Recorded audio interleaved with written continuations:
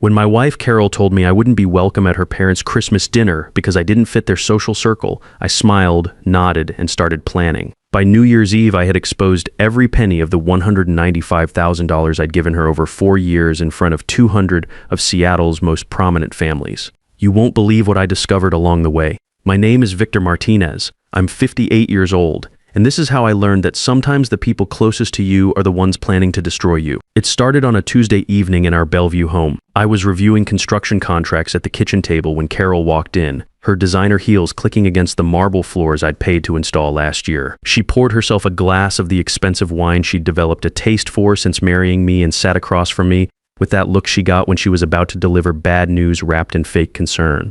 "Victor, honey, we need to talk about Christmas." I looked up from my paperwork. After 22 years in the Navy and another 15 building my construction business from nothing, I'd learned to recognize when someone was maneuvering for position. Carol's voice had that careful tone she used when she wanted something.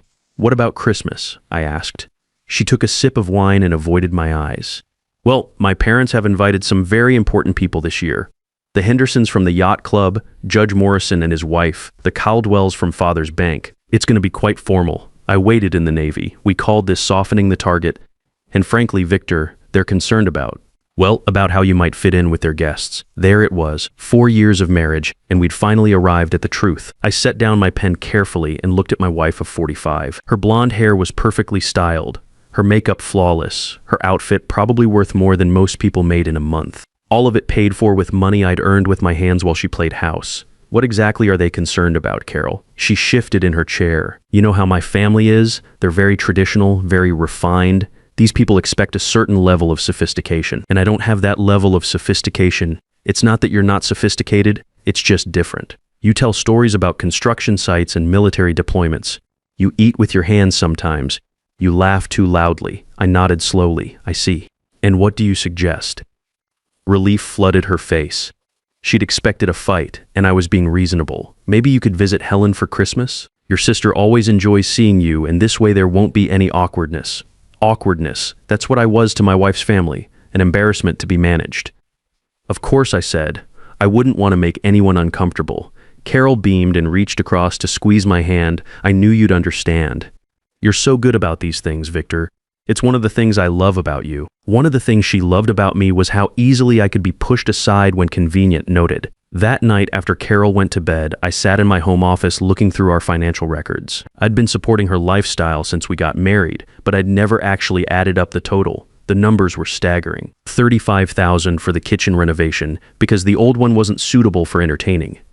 $18,000 for her car because she needed something that reflected our success. $12,000 for the furniture in the living room. $5,000 for the wine cellar. Monthly allowances that started at $2,000 and gradually crept up to $3,000.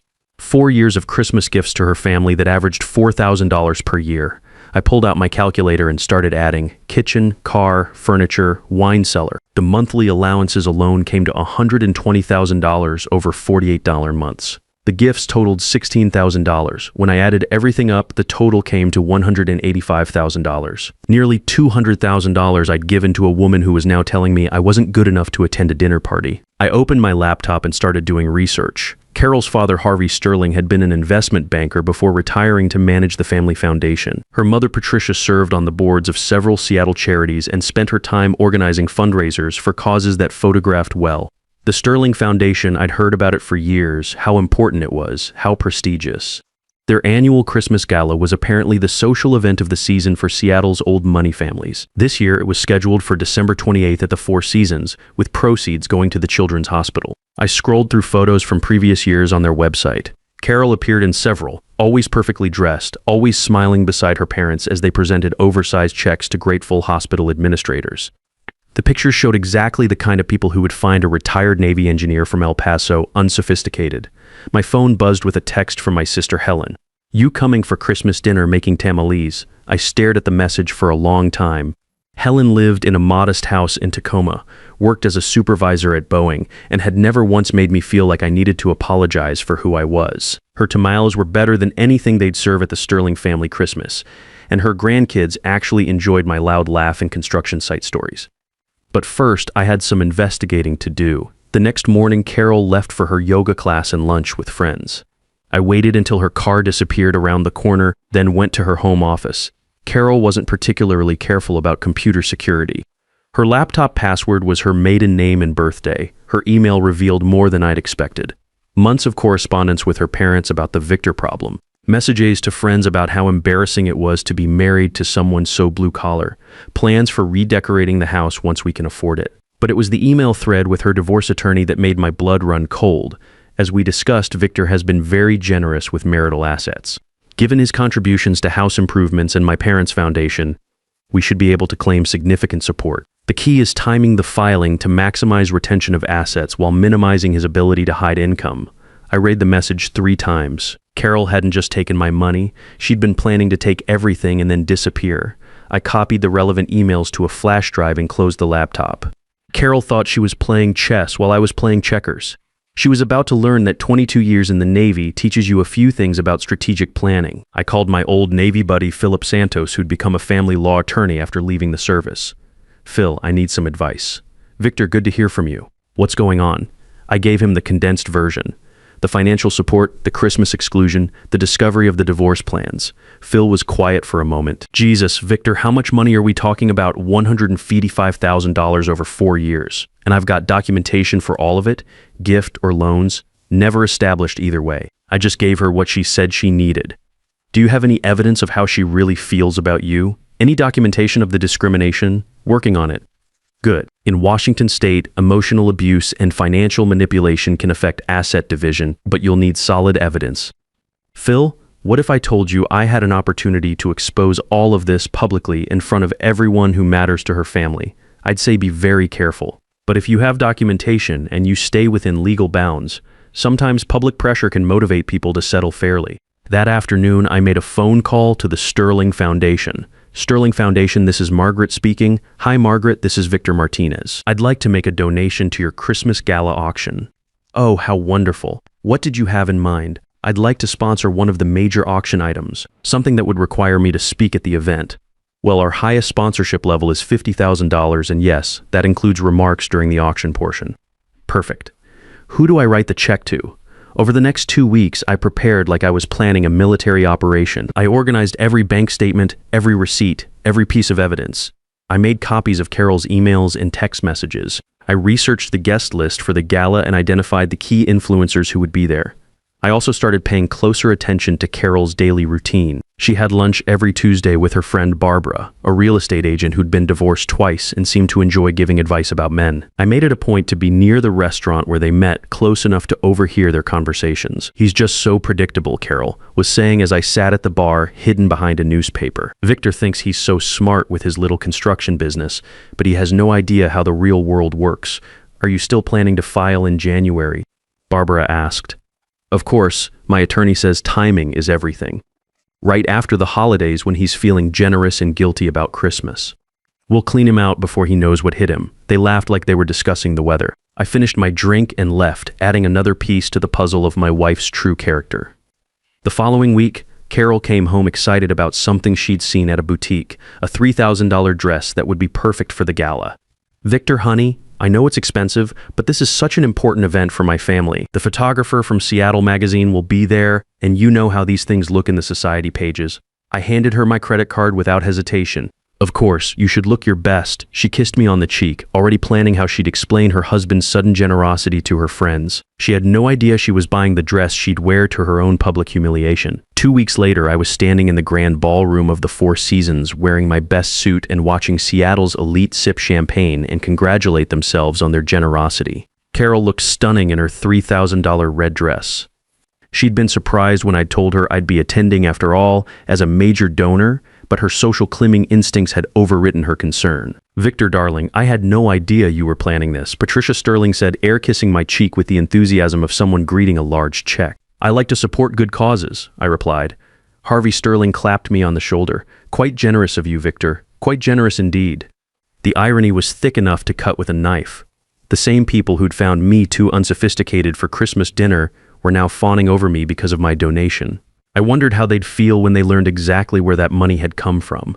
The ballroom was magnificent. Crystal chandeliers hung from a vaulted ceiling painted with cherubs and clouds. Round tables covered in white linen surrounded a stage where a jazz quartet played softly.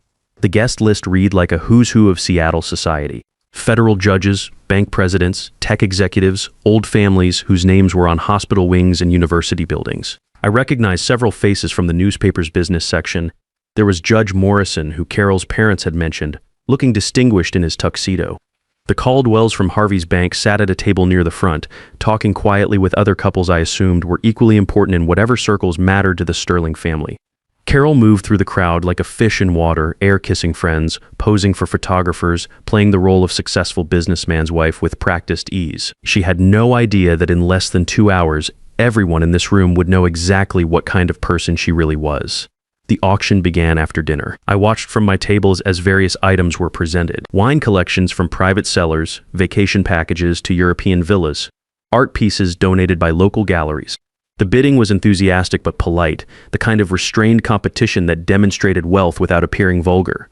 A week in Tuscany went for $15,000. A private wine tasting for 12 sold for $8,000. Each time the auctioneer's gavel fell, the crowd applauded politely, and the winners smiled with the satisfaction of people who could afford to be generous. I sat quietly, nursing a glass of whiskey and watching the theater unfold. Carol was at a table near the front with her parents, occasionally turning to wave at friends or pose for the photographer who circulated through the crowd like a society-paid shark. She looked radiant, completely in her element, playing the role of philanthropic socialite wife. Judge Morrison's table erupted in laughter at something Harvey Sterling had said. The Caldwells leaned in closer to catch every word. These were the people who mattered in Seattle, the ones whose approval Carol craved, whose acceptance had been deemed more important than her husband's dignity. I pulled out my phone and reviewed the speech I'd written, 25 lines that would change everything. I'd practiced it in my truck during lunch breaks, timing each pause, each revelation. In the Navy, we called it target acquisition and engagement. Tonight, I was about to engage multiple targets simultaneously. Margaret, the foundation's coordinator, approached the microphone. She was an elegant woman in her 60s, the kind of professional fundraiser who could make millionaires feel guilty for not giving more. Ladies and gentlemen, our final item tonight is particularly special. A $50,000 donation has been made to establish the Martinez family wing in the Children's Hospital, and Mr. Victor Martinez would like to say a few words. Applause filled the room as I stood up. I could see Carol beaming with pride at her table, probably already planning how she'd explain her husband's generosity to her friends tomorrow. Harvey and Patricia Sterling looked pleased as well, no doubt calculating how this would reflect on their family's social standing. I walked to the stage slowly, taking in the faces around me, 200 of Seattle's most prominent citizens. Judges, doctors, business leaders, old money families who traced their lineage back to the city's founding. People who mattered in this town, people whose opinion could make or break reputations. The microphone felt solid in my hand. The room grew quiet, expectant. They were used to donor speeches, the usual platitudes about privilege and giving back. What they were about to hear would be very different. Thank you all for being here tonight, I began, my voice carrying clearly through the sound system. I'm honored to support such an important cause. Children deserve the best care possible, regardless of their family's background or circumstances. Polite applause rippled through the crowd. They expected the standard speech about childhood dreams and community responsibility. I've been thinking a lot lately about family, I continued, scanning the room slowly, about what we owe each other and about what happens when trust is broken. Carol was still smiling, but I could see a flicker of confusion in her eyes. This wasn't going according to script. 4 years ago, I fell in love with a woman who seemed to share my values. She spoke about family, about building something together, about the importance of supporting each other through good times and bad. The room was completely silent now. This was clearly not the usual donor speech, and people were starting to pay attention. Over the past 4 years, I've given my wife $185,000 to support her lifestyle and her family's various needs. I believed I was investing in our partnership, in our future together. I could see shock register on faces throughout the crowd. Several people turned to look at Carol, who had gone very pale. Harvey Sterling was starting to rise from his chair, but Patricia grabbed his arm. Last month, I discovered that this woman I loved, this family I'd supported, didn't consider me good enough to attend their Christmas dinner. I learned that I was too blue-collar, too unsophisticated for their social circle. Gasps rippled through the crowd. Someone dropped a wine glass, the crystal shattering on the marble floor with a sound like breaking ice. I also discovered that my wife has been planning to divorce me for months, with help from her family specifically to maximize how much of my money she could take, while ensuring I couldn't touch assets I'd helped them acquire. The silence was absolute now. Every phone in the room was probably recording. Judge Morrison leaned forward in his chair, his legal mind processing the implications. The society photographer had stopped taking pictures, his camera hanging forgotten around his neck. So tonight, I want to dedicate this donation to something important. This $50,000 represents exactly 1/4 of the money I gave to people who saw me as nothing more than a walking ATM with inconvenient emotions. I reached into my jacket and pulled out a thick manila folder. My hands were steady, my voice calm. 22 years in the Navy had taught me to function under pressure. I have documentation of every transfer, every gift, every payment. I have emails discussing how embarrassed they were to be associated with me. I have legal correspondence detailing their plan to take my assets and disappear. Carol's face had gone white as paper. Harvey Sterling looked like he was having a heart attack. Patricia sat frozen, her wine glass tilted at a dangerous angle. The Martinez family wing will help children who need medical care. But more importantly, it will stand as a reminder that family isn't about social standing or sophisticated dinner conversation. It's about respect, loyalty, and treating each other with basic human dignity. I set the folder on the podium with deliberate care. The sound echoed in the silent ballroom like a judge's gavel. Copies of all documentation will be provided to anyone interested in reviewing the facts. Thank you for your time, and I hope you'll think about what family really means as you go home to your loved ones tonight. I walked off the stage into absolute silence. Then, slowly scattered applause began. It grew louder as I made my way toward the exit, until nearly half the room was clapping. The other half sat in stunned silence, processing what they just witnessed. Judge Morrison was nodding slowly, his face grim. The Caldwells were whispering furiously to each other at tables throughout the ballroom. Conversations erupted as people tried to make sense of what had just happened. The careful social order of the evening had been shattered like expensive crystal. In the lobby, I handed copies of the documentation to 3 reporters I'd contacted earlier: the Seattle Times, the Business Journal, and a freelancer who specialized in society scandals. Tomorrow's headlines were already writing themselves. Prominent family secret shame exposed at charity gala. "Mr. Martinez," said the Times reporter, a sharp-eyed woman in her 40s. "Can you confirm the accuracy of these financial records? Every penny is documented. Bank statements, canceled checks, credit card receipts, all of it legal, all of it verifiable." The freelancer was already typing on his phone. "This is going to be huge. The Sterling family has been Seattle royalty for 3 generations. They're about to learn what happens when royalty forgets how to treat their subjects," I said. Carol caught up with me in the parking garage, her carefully applied makeup running down her cheeks in black streaks. The $3,000 dress was wrinkled from her rushing through the crowd, and her hair had come undone from its perfect styling. "Victor, please let me explain." I turned to look at her one last time. 4 years of marriage reduced to a conversation in a parking garage while Seattle's elite gossiped about our destroyed relationship upstairs. "There's nothing to explain, Carol. You made your choice 4 years ago when you decided I wasn't good enough for your family. I just made mine. This will destroy us. My family's reputation, the foundation, everything we've worked for. You should have thought about that before you decided to destroy me." She grabbed my arm, desperation replacing her usual composed demeanor. "Victor, the money, I can pay it back. We can work this out. My parents have connections. They can make this go away." I looked down at her manicured hand on my jacket sleeve, the same hand that had signed emails planning my financial destruction. "Carol, your parents' connections just watched you humiliate me in front of 200 people. Those same connections are going to read about tonight in tomorrow's newspaper. How exactly do you think they're going to help you now?" The reality hit her like a physical blow. Her face crumpled as she realized the magnitude of what had just happened. "What am I going to do?" "You're going to figure it out the same way I figured out how to live without a wife who respected me.